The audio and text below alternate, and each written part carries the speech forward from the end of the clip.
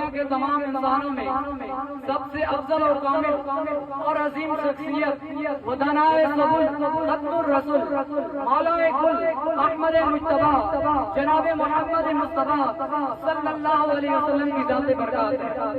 آپ صلی اللہ علیہ وسلم کی سیرت مبارکہ اور تعلیمات نہ صرف ہمارے دین کے اساس ہے بلکہ ہماری زندگیوں کے لیے مشعل راہ ہے۔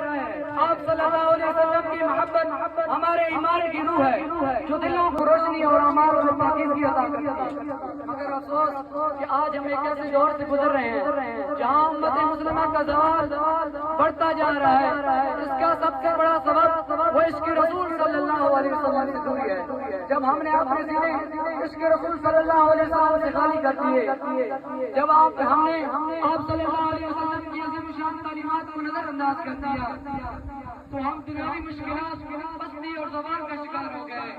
علامہ اقبال نے کہا تھا مجھے عشق کی آگ اندھیر ہے، مجھے عشق کی آگ اندھیر ہے، مسلمان نہیں رات کا دیر ہے۔ جب تک مسلمان کے سینے میں عشق مصطفیٰ کی آگ جلتی تھی اس وقت تک مسلمان جس زمین پر قدم رکھتا تھا وہ زمین اس کی ہو جایا کرتی تھی۔ جب تک مسلمان کے سینے میں عشق مصطفیٰ کی آگ جلتی تھی اس وقت تک مسلمان سے دشمن کی نفرت کرنے کی ہمت نہیں کرتا تھا۔ جب تک مسلمان کے سینے میں عشق مصطفیٰ کی آگ جلتی تھی اس وقت تک مسلمان کیسر و کسرا کرتا جدا تھا۔ جب تک مسلمان کے سینے میں عشق مصطفیٰ کی آگ جلتی تھی اس وقت تک مسلمان تجارت کا میدان ہو، تعلیم کا میدان ہو، تہذیب کا میدان ہو، کلچر کا میدان ہو، ہر میدان میں قوموں کی امامت کرایا کرتا تھا۔ جب تک مسلمان کے سینے میں عشق مصطفیٰ کی آگ جلتی تھی اس وقت تک مسلمان دنیا پہ حکومت کرتا تھا۔ جب تک مسلمان کے سینے میں عشق مصطفیٰ کی آگ جلتی تھی اس وقت تک مسلمان غربت کی چکی میں نہیں بلکہ خوشحالی میں اپنی زندگی بسر کرتا تھا۔ کیا ہوا اس امت مسلمہ کو؟